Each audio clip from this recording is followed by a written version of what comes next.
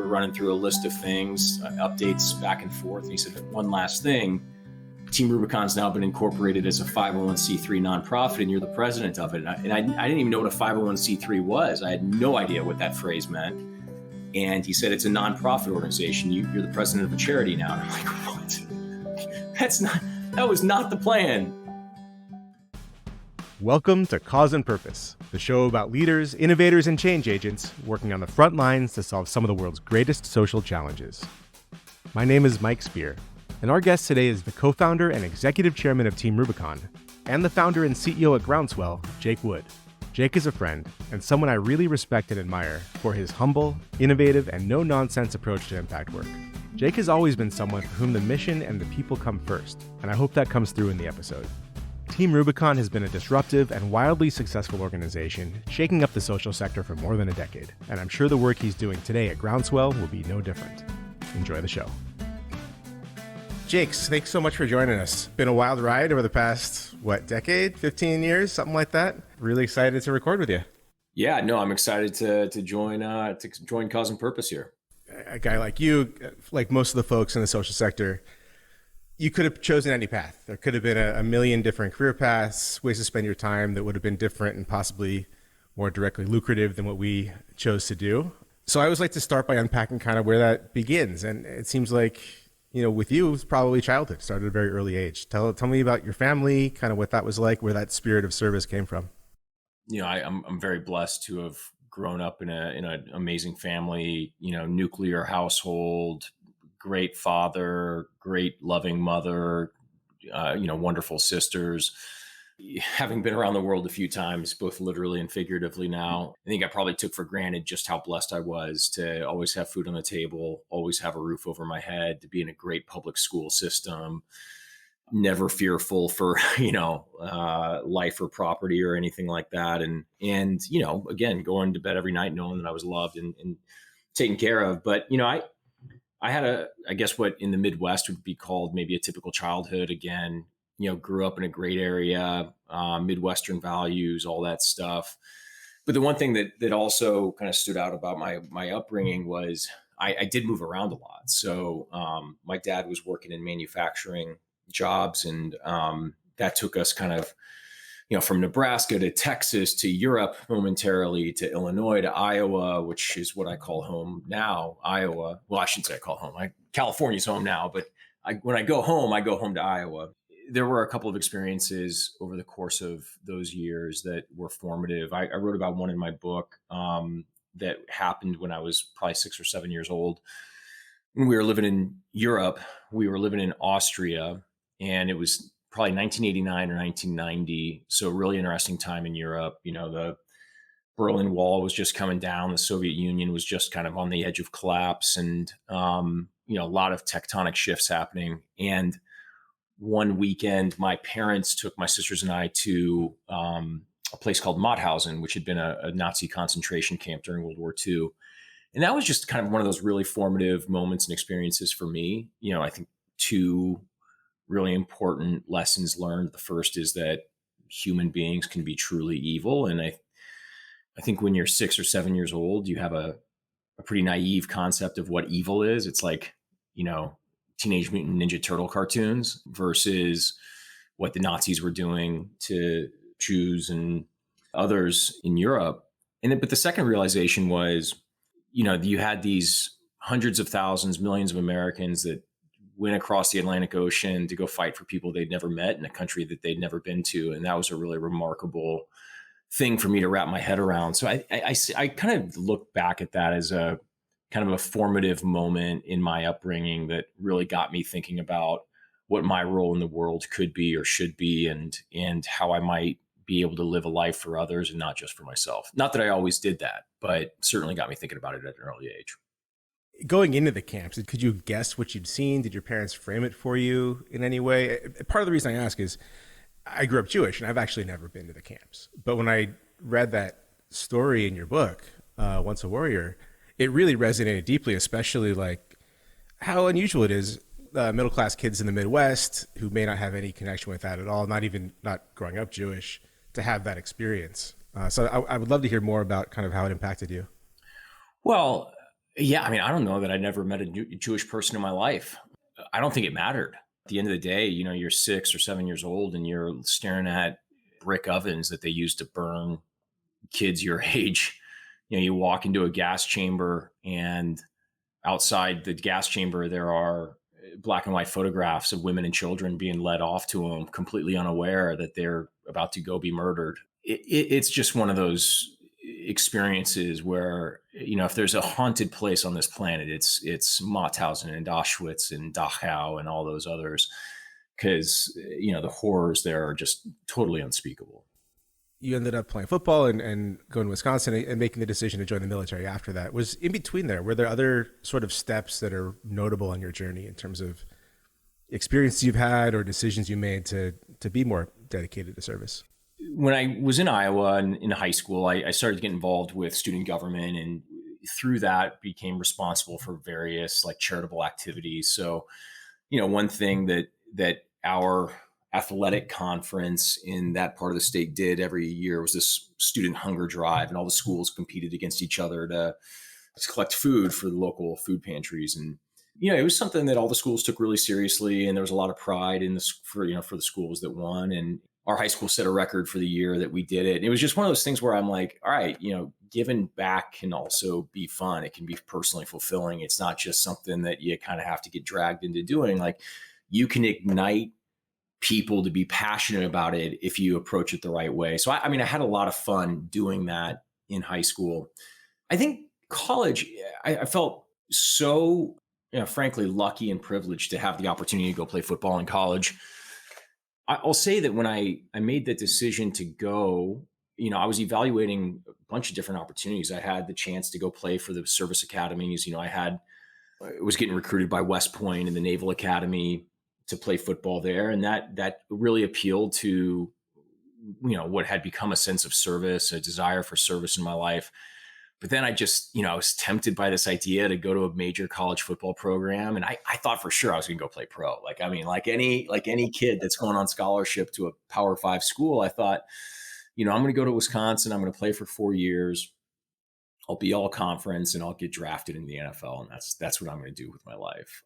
That dream maybe lasted for 2 years on campus. And then I was quickly convinced that I was not destined for the NFL. So I think while on campus, my kind of search for what was next, it started almost from the beginning. I was a freshman when 9/11 happened. And I think watching those events unfold, being only a year removed from this decision not to go to the service academies or join the military and instead go play football, that was a pretty consequential moment for me, a moment of a lot of reflection. But, to be honest, like I got really good at making excuses for why somebody else should go off and fight. And as interested in what was happening overseas as I was consuming as much as I could about the wars and in watching, these young Americans go off. I just was like, I don't know. I don't know. Just never had the courage to make that choice. And then, right as my time playing was coming to an end, I knew I was going to graduate. I wasn't going to go to the NFL. And I thought, okay, am I really ready for corporate America, or should I go do this thing, and answer that voice that's been chirping in the back of my head for 4 years? And that's when I decided to enlist. How did your family take that? Were they surprised, or they say that's, of course, it's the obvious thing? Yeah, I think that they were surprised, but not surprised, right? Like I get, yeah. I mean, it's kind of hard to explain, right? I think that they kind of sat there and said, okay, this kind of makes sense because we know Jake and this is the type of thing Jake would do.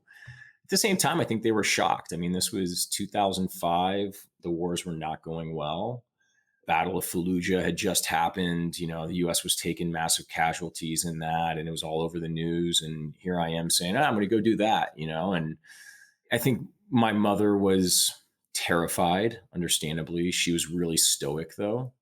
It still amazes me the strength that she showed in that. I have kids now, and my God, I don't know what I would do with myself if I had, if we fast forwarded the clock 20 years and my daughters were going off to war. I don't know that I can handle it. I don't know that I have the same strength that my mom did. One of the things that you seem to have always done is just sort of shown up and sort of been there for other people.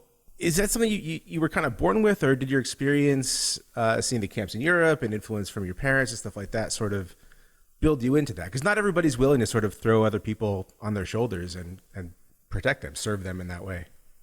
I certainly think that the experience in the camps were formative, and seeing these young allied troops show up to those camps and liberate those camps. I think, yeah, I can still kind of in my mind imagine those photographs of those young GIs riding into Mauthausen. But I don't know. I mean, I don't know, and I guess I don't maybe dispute your characterization, but sometimes I'm like, there's more I could do. Like I think about the times I failed other people in my life, and there's plenty of those, and in some of them, the failures were catastrophic, and so yes, I've lived a life of service as an adult. I'm really proud of that, but man, there's a lot of stuff in this world that needs fixing, a lot of stuff that needs doing. But as you're leaving the military, the Haiti earthquake happens. And, some people watch it on TV and send some checks or empathize, but you decided to go show up. Can you tell us a little bit about that story? Yeah, so I joined the Marine Corps in the fall of 2005. I served for 4 years. And so I got out in the late fall of 2009, the last week of October. The plan was I was going to apply to graduate school, go get my MBA. The economy was in shambles. It's, 2009. And, I just got off two really hard, brutal combat deployments. So I'm thinking like, okay, 2 years to, get some space would be good. So 2 months later, in January of 2010, I'm sitting around, I'm waiting for these grad school decisions to come back, and the Haiti earthquake happens. And I had never thought about disaster response really. I think it was a combination of a couple of things, right? It was seeing just how horrific that disaster was. And, this was playing out live on CNN. For people that don't recall, I mean, they estimate 100 to 150,000 people died instantly in that earthquake, and another 100,000+ people died in the coming weeks and months. So one of the worst humanitarian catastrophes of the last century. Just 100 miles off our shore. And then there was this empathy, this compassion for the suffering that was happening on the ground. And then, if I'm being completely honest, there was this cocksure young Marine who thought that he was invincible and probably had an overinflated sense of self, who thought, well, surely I can go and help. This is exactly what I do for a living. And there was a lot of naivete in that, right? And so after, I don't know, 5 or 6 hours of watching the news, I finally called one of the organizations that I knew was on the ground, and I tried to maybe drop my voice an octave and convince this woman who picked up the phone that I was the most important person in her world, and that she should, allow me to deploy with her teams to Haiti and help manage operations on the ground. And of course, she said, "Hey, kid, why don't you just hang up the phone and text us $10?" And I, that obviously that was really irritating to me at the time. But of course, fast forward a decade, running a global humanitarian organization, if some idiot called me after the Haiti earthquake and told me how special he was, I'd tell him to text me $10 too. So I don't begrudge her or them at all. But in the aftermath of that phone call, I started calling Marines that I'd served with and friends, and we organized a team of veterans and doctors to go down to Haiti. We went down 4 days later, got into Port-au-Prince. Things were still, it was like a Civil War battlefield. That small team of 8 volunteers that crossed the border, was the founding team Rubicon. And, fast forward 13 years, we've got 150,000 volunteers across North America. So pretty remarkable, the humble beginnings that organization started with. You have all this military training, this logistical training you can handle. You and the rest of the team can handle themselves, in some adverse situations. That was the logic that I was trying to apply. I mean, there's elements of it that are true. There are certainly, we got on the ground in Haiti, and again, for listeners that aren't as familiar, so massive earthquake, poorest nation in the Western Hemisphere at the time, total corruption, a lack of government services before the earthquake, and then a total evaporation of government services following. So no police, no military, the whole government bureaucracy crumbled alongside the buildings, and so total vacuum. And so yeah, it was dangerous, and there were elements of the military training that were probably helpful. And it's not just the navigating some of the like the potential for violence, but also just like, hey, can you throw a pack on your back and climb down this ravine across this rubble and possibly carry somebody out? Or you get down there and the first time you see an amputated limb, are you going to freeze up, or have you seen it before? And tragically, I'd seen a lot of that stuff before. And so there were elements of that worked. Now again, but there were a lot of things that we didn't know anything about, how these situations evolve and unfold, and what the various layers of operational control and authority were, and how to navigate that. And maybe in some sense our ignorance of those things allowed us to actually operate effectively on the ground because we weren't encumbered by the system. But man, I think we're lucky that we got out of there with our lives and limbs, and we're fortunate because the result was this organization that's evolved from there into something that's really special today, all by accident. When you arrived, how did the other 8 organizations respond to you guys? Did they know what to make of Team Rubicon at that point, or no? We were flying so low under the radar that we would occasionally encounter other 8 organizations. I remember encounters with groups like Samaritan's Purse and Doctors Without Borders, and several others. And in some interactions, there was a level of contempt because they knew that we were kind of outside the system. And again, fast forward the clock 10 years, I get it now because we're a part of that system. And there's a reason why you want really great coordination across different agencies. And you want to know that organizations are going to be operating at a high standard of care. I mean, there's a reason for that.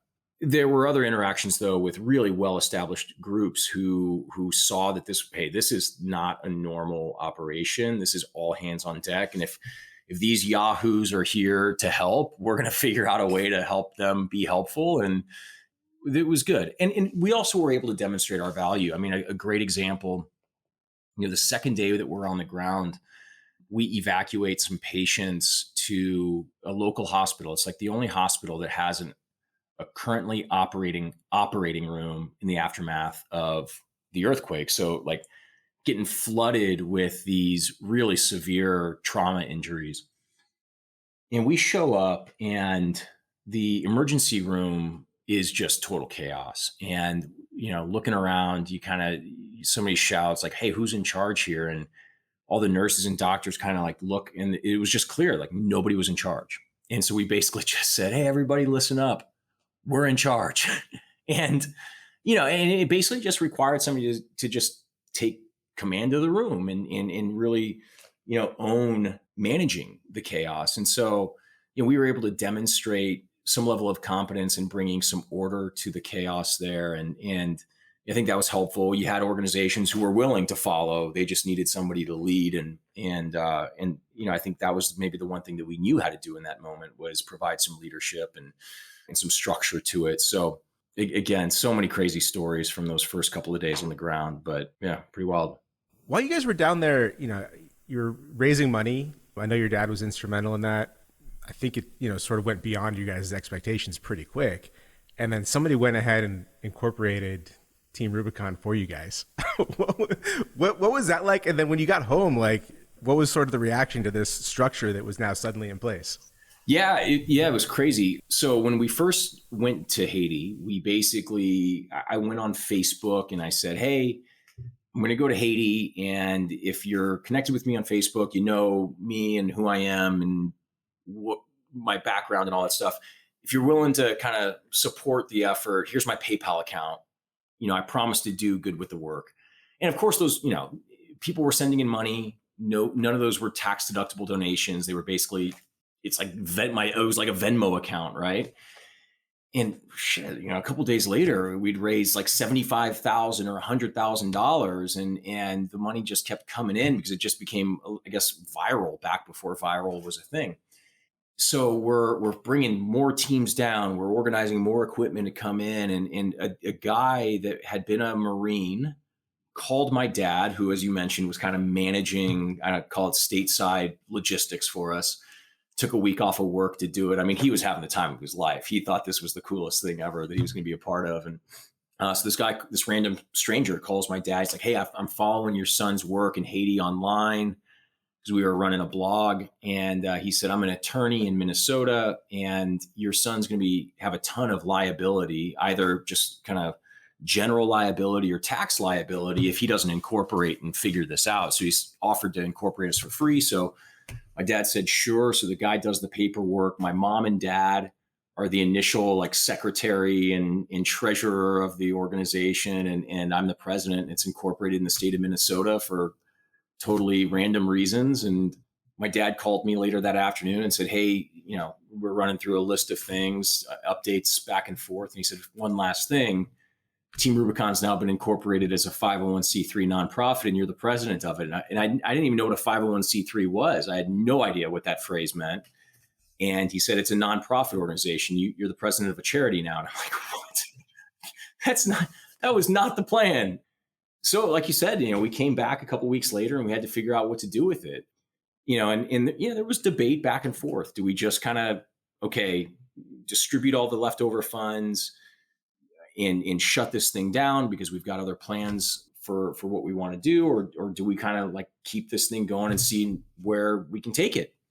And we ended up emailing all the people that had donated this money and said, "Hey, we used," I don't remember what the number was, but we used 72% of the money that was donated. So if you want your pro rata share back, we'll give it back to you so you can send it on to somebody else that's going to continue work in Haiti long term.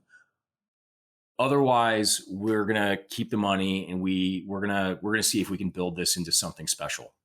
We had one person request their money back out of like 2,000 unique donors, and the other 1,999 let it ride. And it probably one of the all-time best investments in the history of the nonprofit space, because it definitely paid off. Yeah.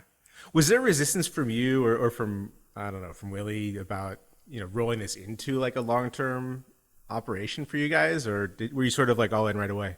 No, I think we were all half in all the way.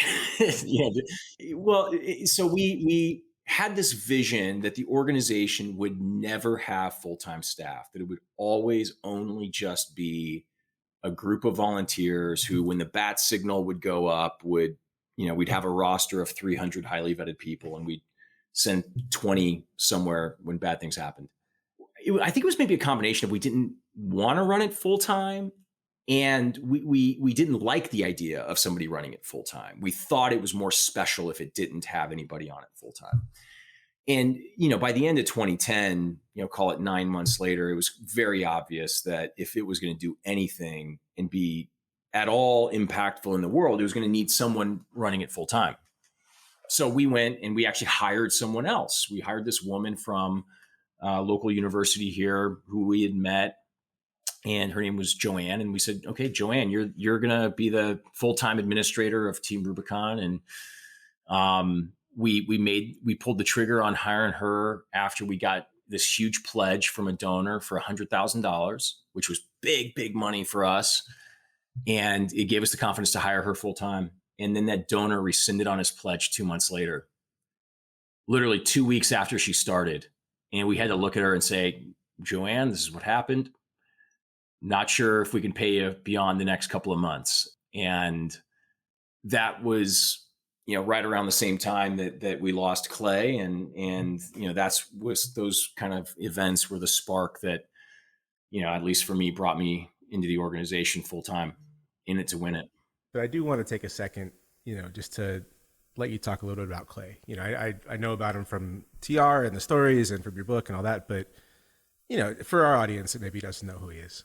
Clay was a Marine that I served with in Iraq and Afghanistan. We were very close. We were partners in sniper school, Iraq and Afghanistan together. I was, nearby Clay when he was shot on our first tour and wounded, helped get him off the battlefield. And I was the best man at his wedding. So, very close. He was the first guy that I called after the earthquake. He couldn't join us with the initial team that went down, but he joined us a couple days later and found us in the middle of the city, kind of by himself, remarkably. I mean, it just kind of a crazy story. And then he ended up taking his own life about a year after we got back from Haiti in March of 2011.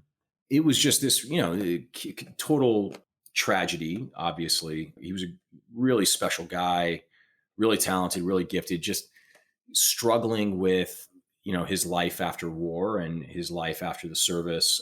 Ultimately, just decided he couldn't go on. It was a real defining moment for the organization for a couple of reasons. One, obviously, he was a major part of our first mission in Haiti. He was a major part of our second mission in Chile after a earthquake and tsunami there, and just kind of beloved by everybody that met him. So there was just this deeply personal loss that a lot of people inside the organization felt. He's how we met that woman, Joanne, who we hired as the first administrator. Just she was devastated by the news. And we've honestly thought about just kind of packing it up. And this coincided with this, this donor rescinding this pledge. And so we thought, man, we're not even solvent anymore. And something remarkable happened, which is in the weeks after Clay's death, we got flooded with donations in his memory to the organization, to Team Rubicon. And I can't remember what the number was, $30,000 or $40,000 worth of checks, but it was enough where we could turn to Joanne and say, actually, we can pay you. And it was also a moment where, we just kind of looked in the mirror and said, hey, what do we want to do? Do I really want to go finish this MBA and, go work for Goldman Sachs, or do I want to try to build something special here? And so, for me, that was the moment where I decided to go in and commit to Team Rubicon full time, a little over a year after we started it. And yeah, we never looked back. And that wasn't too long before Hurricane Sandy happened, right? Which is sort of one of the next big milestones for you guys. Yeah. So this is April, call it 2011. You fast forward about a year and a half to the fall of 2012. And the organization's in dire straits again. It was really hard to build a nonprofit after the Great Recession. And, we were a couple of young entrepreneurs that frankly, was hard to get people to really buy into our vision for what we were building. And so we were kind of scratching and clawing our way and doing some good work, responding to maybe a dozen or 20 disasters a year.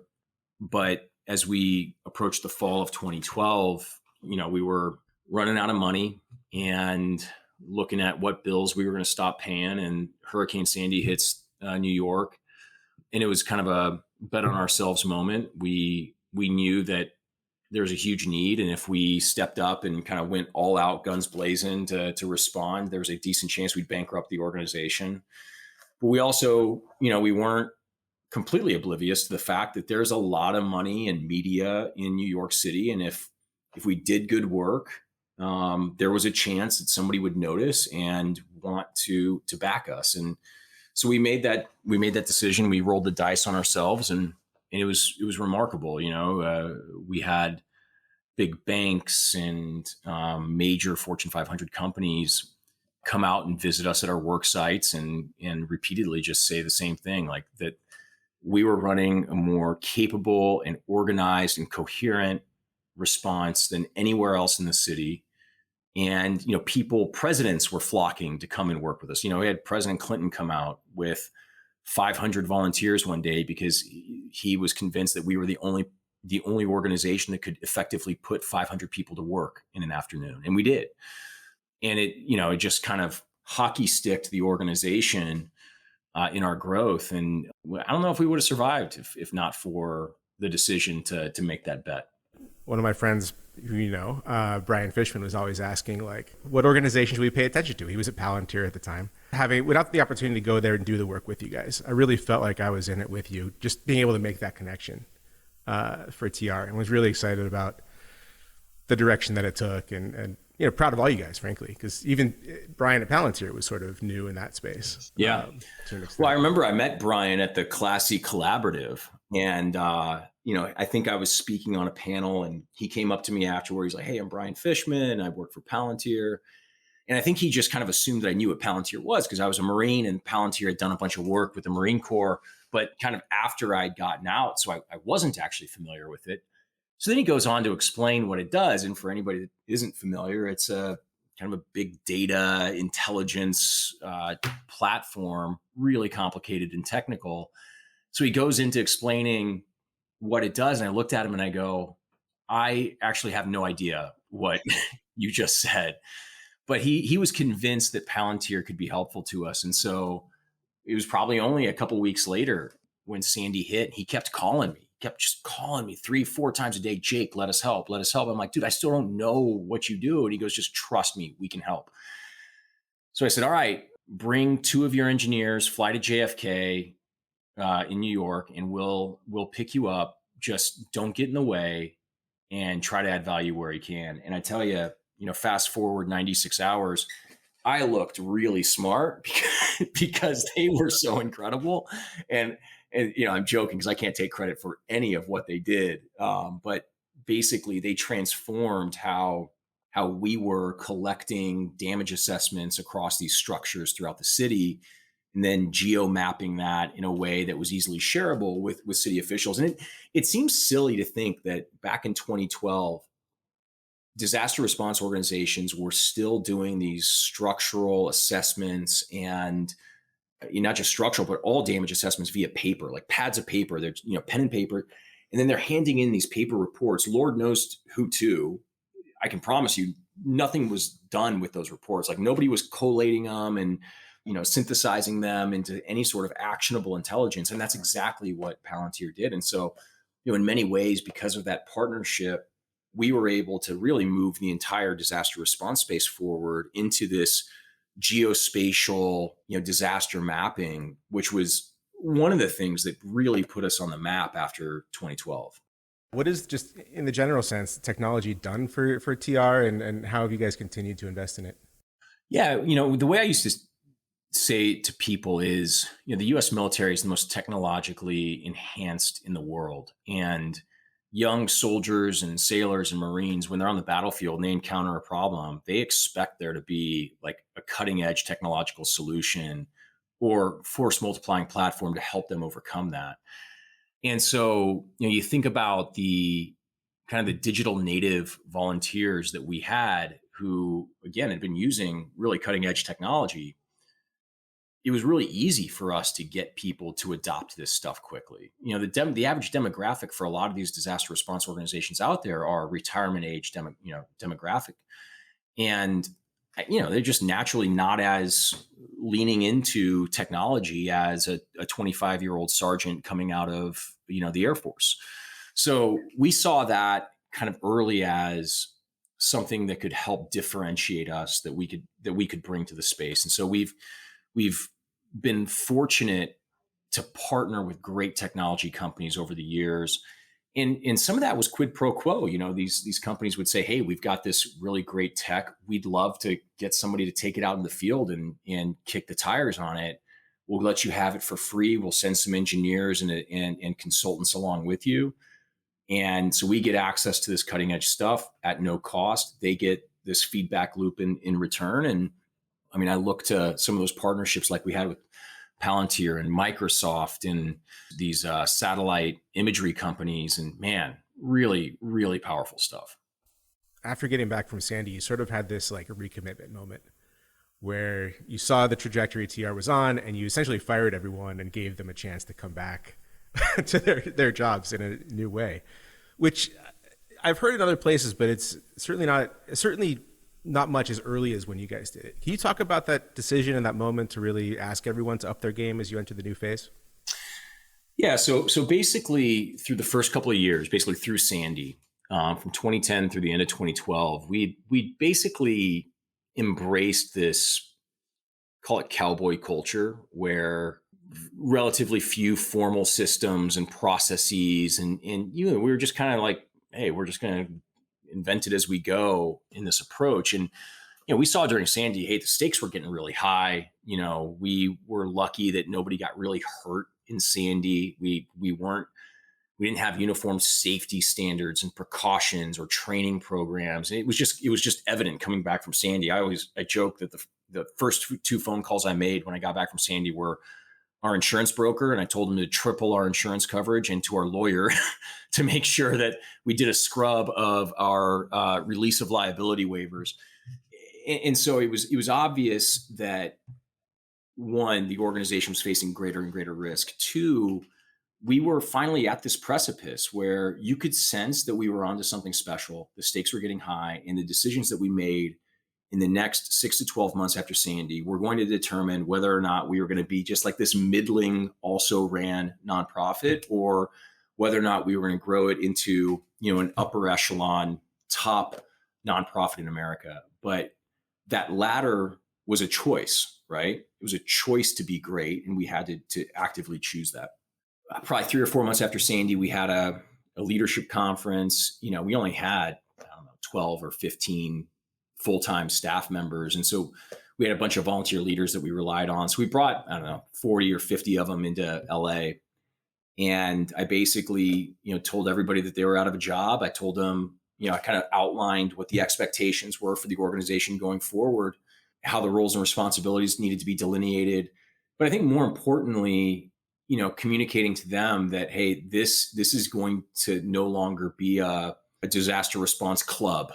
This was going to be a real professional organization, and people were going to have to approach it like that. And I knew that was going to, frankly, piss some people off. And it did. It did. I mean, we had some people who did not reapply for TR 2.0. And I don't begrudge them that. They were hugely consequential to the prior phase, TR 1.0. I think that they could have fit into 2.0, but they chose not to. And that's just their choice. But they've contributed to where we are today, and we'll always be grateful for that. How did you see the culture change? I mean, was it markedly different after that? No, I think the spirit was still the same. It was a lean into the moment spirit. It was high in camaraderie, high in compassion and empathy, high in having fun. But we knew that we were going to have to evolve, right? And I think that's one of the things about culture and leaders that's kind of universal. Like, if your culture never changes, and I'm not talking about like abrupt departures culturally, I'm talking about like an evolution. Like, what a cultural value means one thing at 20 employees, it means something totally different at 200 employees. That doesn't mean that value failed as you grew. It means it had to evolve as the organization evolved. And that's where a lot of leaders and organizations fail, is they don't adapt to these stages of growth. So, I think the spirit of everything that we stood for remained the same. It's just how they manifested themselves throughout the organization had to evolve. I think it's important for any leader, anyone in an organization really, but especially leaders, to kind of know where they plug in, where they fit the best, and adapt if they can, or know that it's time to move on. No, absolutely. You see it. You see people who have fun at one phase, and then they're bored out of their mind at others, and then vice versa. You have scalers who come into a startup and they're overwhelmed, right, by the all hands on deck environment, the lack of process. And I wasn't quite sure how far I could scale as CEO. Like, I tried to be self-aware. I think I was pretty self-aware. I was pretty good at the early phase.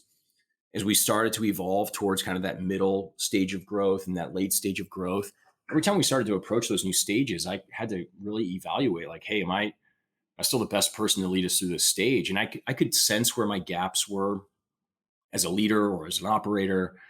I was fortunate that over 12 years, I was able to fill in, at least to some degree, most of those gaps. And frankly, maybe one of the most important lessons is learning, like, hey, this is a gap I ain't going to be able to fill, but I can hire against it, surround myself with really smart people that make me look good. and my job is just to support them and stay out of their way. Like, that was probably one of the most important lessons I learned. You talk about how you guys thought of impact and how it was actually measured over time, how that evolved throughout the years of the organization. Early on, we vacillated back and forth a little bit between whether or not we were a disaster response organization or a veteran service organization that just happened to respond to disasters. And I think a lot of that obviously was the impact of Clay's death, kind of the shadow of that. But it didn't take long for us. I mean, 3 years to settle on like, no, we're a disaster response organization, and so now we've kind of come to talk to that in this way. Like we have a single mission, which is responding to disasters with dual impact, right? And that first impact is helping the survivors in the communities impacted by these storms or catastrophes, and the second impact is that we do provide this fulfilling purpose to both transitioning veterans who are our volunteers, but also to our non-military volunteers who we have probably 35% of our ranks now never served in the military. And I think that that's we can't lose sight of how important both of these impacts are. I mean, again, like we're there to help people on their worst day after storms and catastrophes, but as we see an increasingly fractured country, communities pitted against one another in the U.S. The Surgeon General coming out recently saying that there's an epidemic of loneliness in the country, and it's equivalent to smoking 15 cigarettes a day on someone's mortality. We can be a cure for that, bringing people together in a common cause under a common purpose. So cause and purpose, universal human needs. Man, is it powerful. Give them a sense of identity, give them something to be proud of. It's really pretty amazing. It's really pretty amazing. When you think about brass tacks impact that TR does, how do you think about that, as you're reporting out to the world, kind of the impact of what's going on? Yeah, we've been really laser focused on measuring impact and outcomes. It's hard, as anybody that's in the nonprofit space knows. There's a lot of organizations out there that do kind of a lot of hand waving, and they say nice things about what their impacts are. You ask them for the receipts, and they're not as good at producing those. And that's because it's just, frankly, it's hard to measure some of these things. I think a lot of organizations could do a better job of even just trying.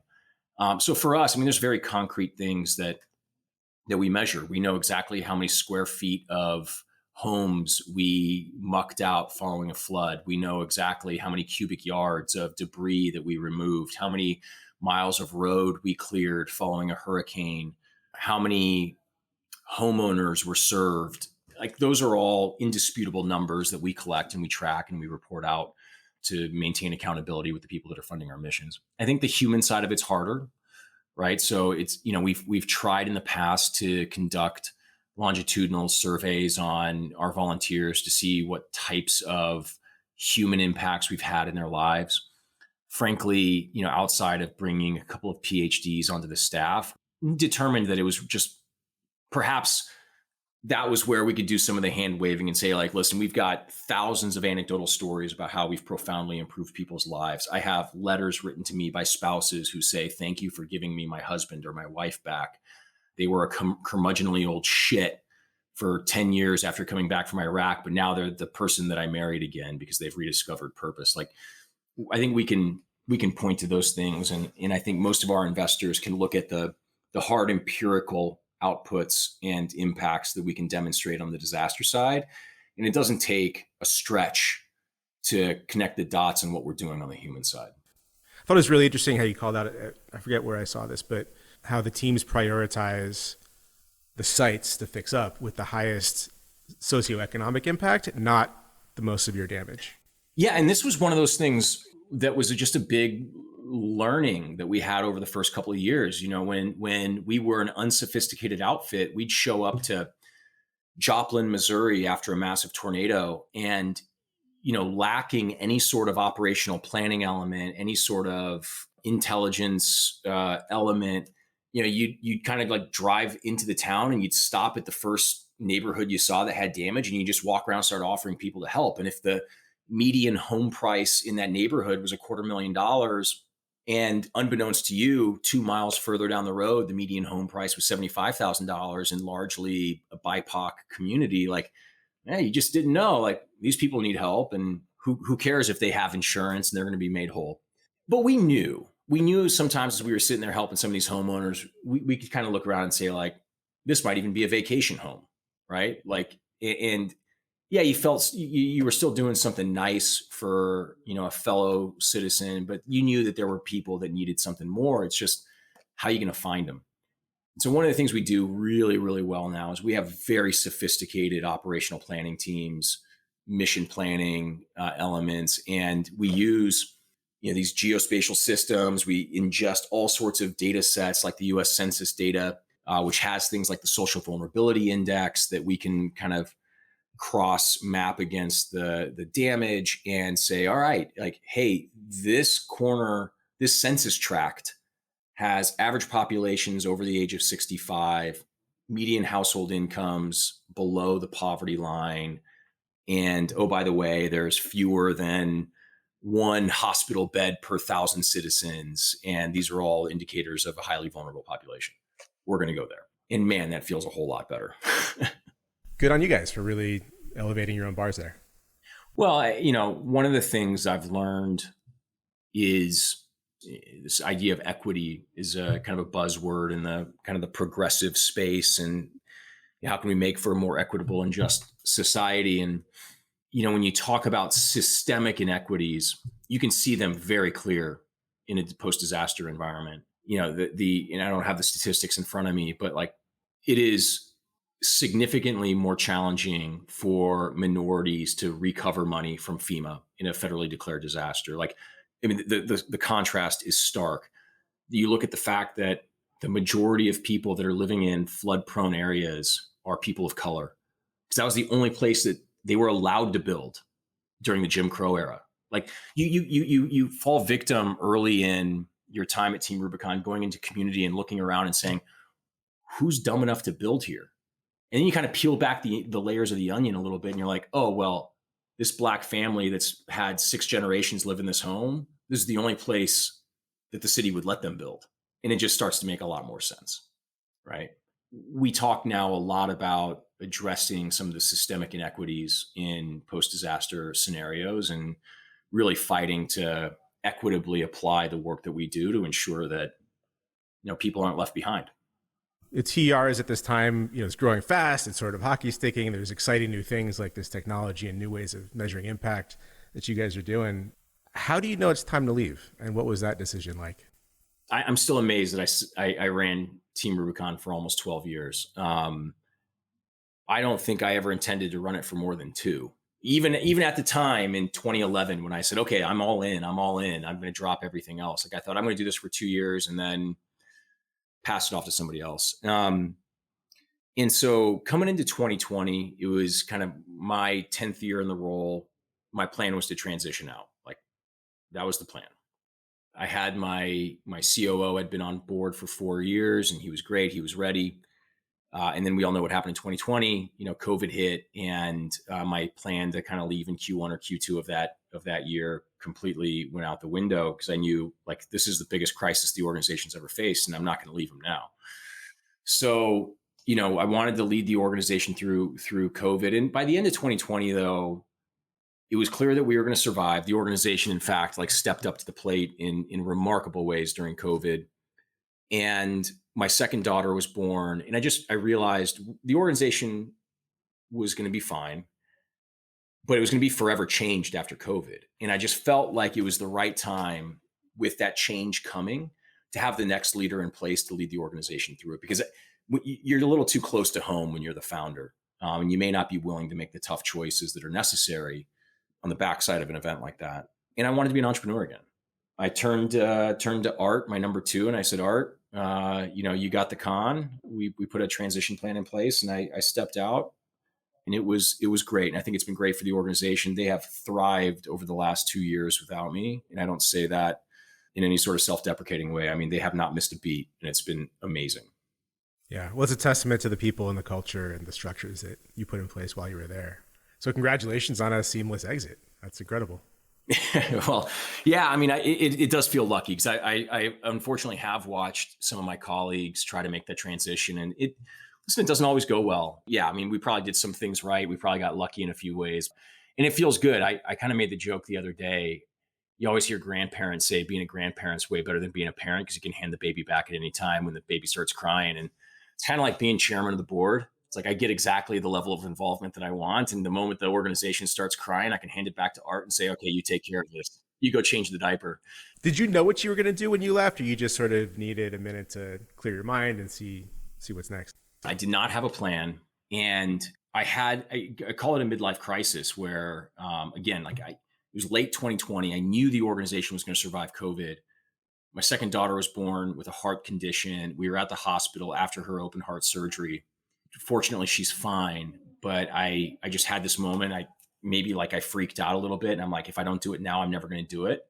So I turned to my wife and I said, I'm going to step down as CEO of Team Rubicon. She looked at me. She's like, you're out of your mind. She starts poking holes in the idea. She's like, what are you going to do? Do you have a job lined up? I'm like, no, but I won't think of the next thing unless I give myself the space to think of it.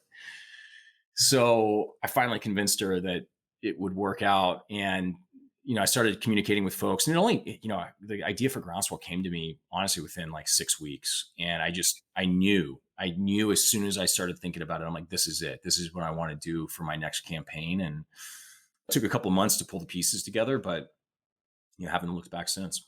What is Groundswell, and what about it really, resonated so much that you're like, this is my next campaign. This is what I'm going to do for the next period of my life? So again, for kind of context, we became very successful at Team Rubicon. We grew a ton. And so by the time I stepped down, we'd raised close to $300 million in philanthropy. So I learned a lot about fundraising and how rich people give their money away, how companies give their money away, how normal people give their money away. And so the goal with Groundswell is to democratize philanthropy. And what we mean by that is, rich people, high net worth people have certain tools and resources at their disposal to give money away more efficiently that normal people like us don't have access to. And I never found that, again, going back to this idea of equity, I never found that to be equitable. I thought that there was no excuse in 2020 for only rich people to have access to things like donor advised funds or consultations on issues and how to smartly give money away at a strategic or a tactical level. And then I also ran into just a ton of corporate giving programs that were terrible. They had anemic participation, terrible systems and process, times when, we were getting money for matching programs 180 days after an employee donated, and the storm had passed, our operations had ceased 4 months ago. And I just thought this was just crazy. So we've built a platform that is the world's most modern donor advised fund, modern, inclusive, and accessible. And we have packaged that as an employee benefit. So we sell software to companies. They roll donor advised funds out to their employees as an employee benefit, like a 401k or a health savings account. And then they can automate their giving and matching programs through those donor advised funds. So we're giving these employees access to a tax advantaged charitable giving vehicle that they've never had access to before because they're not rich. And we've eliminated 99% of the administrative burden for companies who are managing employee donation matching programs. I know it's super early stage, but what's early traction been like? And what are you learning as you've gone? Well, just like starting a nonprofit in the shadow of the Great Recession was poor timing, starting a B2B software company in the great recessionary period that we're in right now was also really poor timing. Listen, I mean, it's tough to be a software company right now, but we're doing really well. I think we're on plan. We've got bigger and bigger companies that are coming on board and going live with the platform. We've got some really exciting and game-changing, innovative features that are coming out over the next 6 months that are going to be game changers. And then I'm working on a top secret project internally, not ready for prime time yet, but taking Groundswell and applying it very uniquely in a way that dovetails with a part of one of my previous lives. I'll be very coy about it, that we're really excited about. It could actually become the entire company. Can't wait to hear more. We'll have to have you back on when that's ready for release, and we'll talk about it then. Yeah, we'll do the postmortem on that. You mentioned, the sense of naivete sort of parachuting into Haiti. With everything you know now, having built TR, successful company, moving on to private sector-ish stuff, would you still have done that? Or would Jake today still have done that? Or would you look back and be like, that was that was real dumb? I still occasionally will watch events unfold on the news and think to myself, if not Haiti, it would have been this event, right? I looked at what happened in Ukraine a year ago and I thought, man, if I didn't have two young girls and I hadn't done Team Rubicon, I might be on an airplane to Kyiv right now. And I don't know what that would have ultimately led to. I don't know if that's me joining their foreign legion and fighting. or if it would have been me in a humanitarian role. I don't know, but there's these moments of consequence that you see unfold before you, and I've seen a couple since then that I think I would have taken the leap on. Thanks so much for spending the time and sharing insights. Hopefully we covered a lot of ground. We'll have you back on when you're ready to announce some of these new features, and Excited. we'll do it again. But really admire you and the work you're doing, and thanks so much. Learned a lot I from you. appreciate it, man. Thanks for having me on Cause and Purpose. Thank you. That's our show for this week. Hope you enjoyed it. To connect with Jake and learn more about his work, you can find him on LinkedIn and check out his new book, Once a Warrior, at jakewood.co. For information on Team Rubicon and information about how to revolutionize your employee giving program, check out teamrubiconusa.org and groundswell.io, respectively. There's more information, as always, including the transcript, in the show notes at causeandpurpose.org. If you enjoyed this episode, please share it with a friend or colleague who you think might find it valuable. You can follow, subscribe, or leave a review wherever you listen to podcasts. Next week, we'll be back with another longtime friend and collaborator in the space, Derek Feldman. Like many of us, whenever I need some data on giving behaviors among millennials, Gen Zs, or in the workplace, I've sought out Derek's research. He's one of the preeminent thought leaders in the space, especially around building social movements, and we couldn't be more excited to have him on the show. Until then, Cause and Purpose is a production of altruist.org. On behalf of myself, Jake, and our entire team, thanks so much for listening, and we look forward to speaking with you again soon.